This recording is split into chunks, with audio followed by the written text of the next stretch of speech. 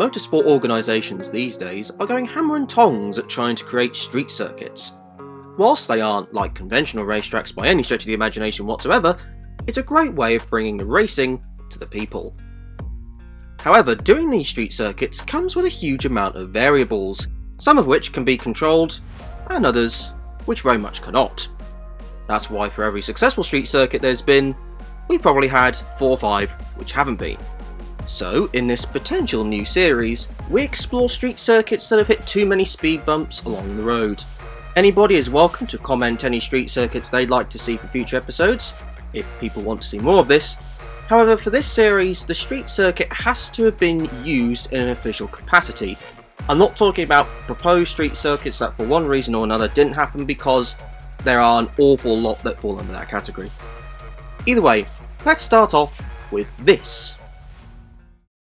Washington DC, the capital of America, the country's political hub, the home of another fairly big home. But what if we put a racetrack inside it? Well, they did. In 2002, the American Le Mans series, along with the Trans Am series and other categories, raced around a track by the RFK Stadium.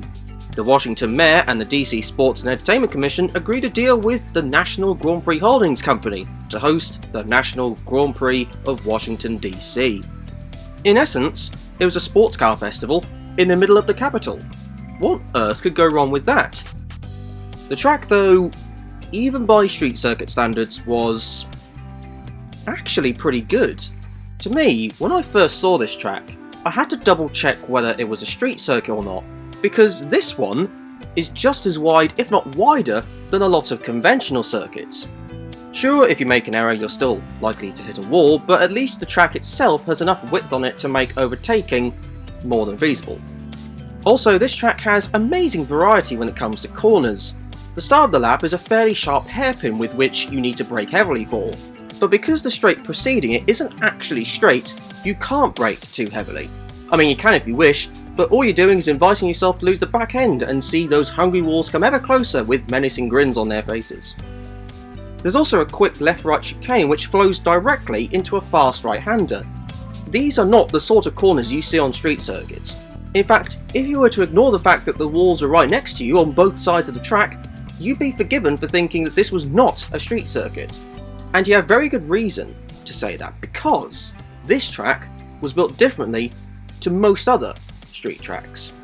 Usually, a street circuit is formed around what the city roads are like.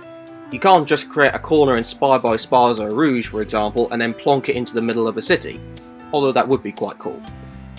Whatever the local government and the event organisers come to agreement on is what you'll get.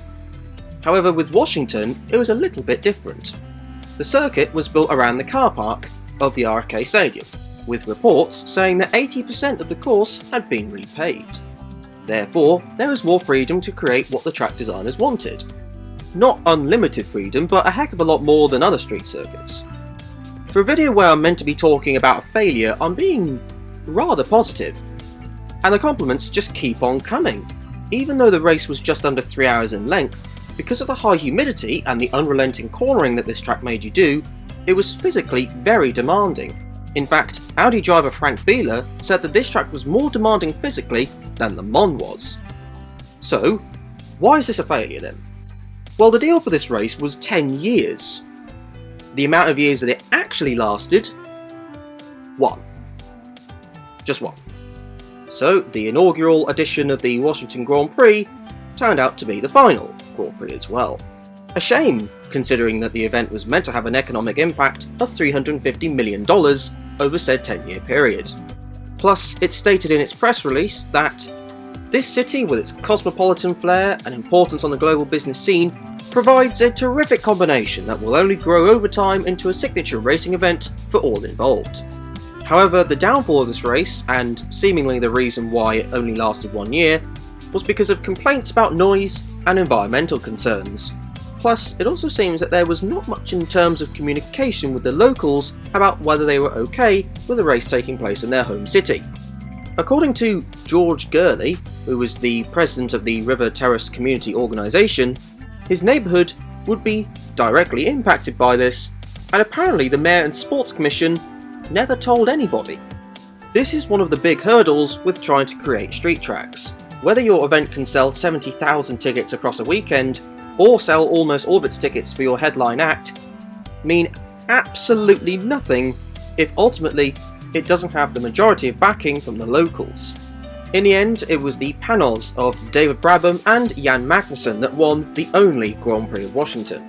In many ways, whilst this was a failure in terms of hoped longevity and its economic impact, it didn't deserve to be. The proposal should have been put forward to the locals more openly than it seemingly was, because had that been the case, this wouldn't have even been a video I'd be making. However, in the end, what we got was actually a really good street circuit.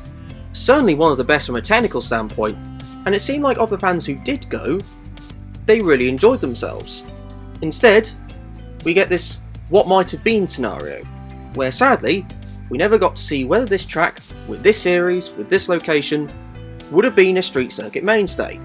Now though, it's just a largely forgotten part of racing history. That is going to be it for this video. Thank you very much for watching. What do you think about this track? Do you think it deserved a longer stay, or do you think it was good riddance, it was a one and done event? Say your thoughts in the comment section down below, along with other street tracks you want me to go over if you indeed like this series. Until the next video though, enjoy the rest of your day.